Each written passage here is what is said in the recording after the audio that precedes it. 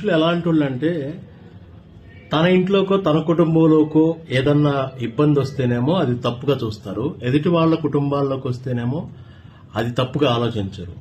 ముఖ్యంగా ఈ మాట ఎందుకు చెప్తున్నానంటే సోషల్ మీడియాలో ఉన్నవాళ్ళు ఏంటి, మీరు ఫ్రెండ్స్ గానో ఫాలోవర్స్ గా ఉన్న వాళ్ళకి వాళ్ళ పర్మిషన్ తీసుకోకుండా వాళ్ళని అడక్కోకుండా మీరు కాల్స్ చేయకండి.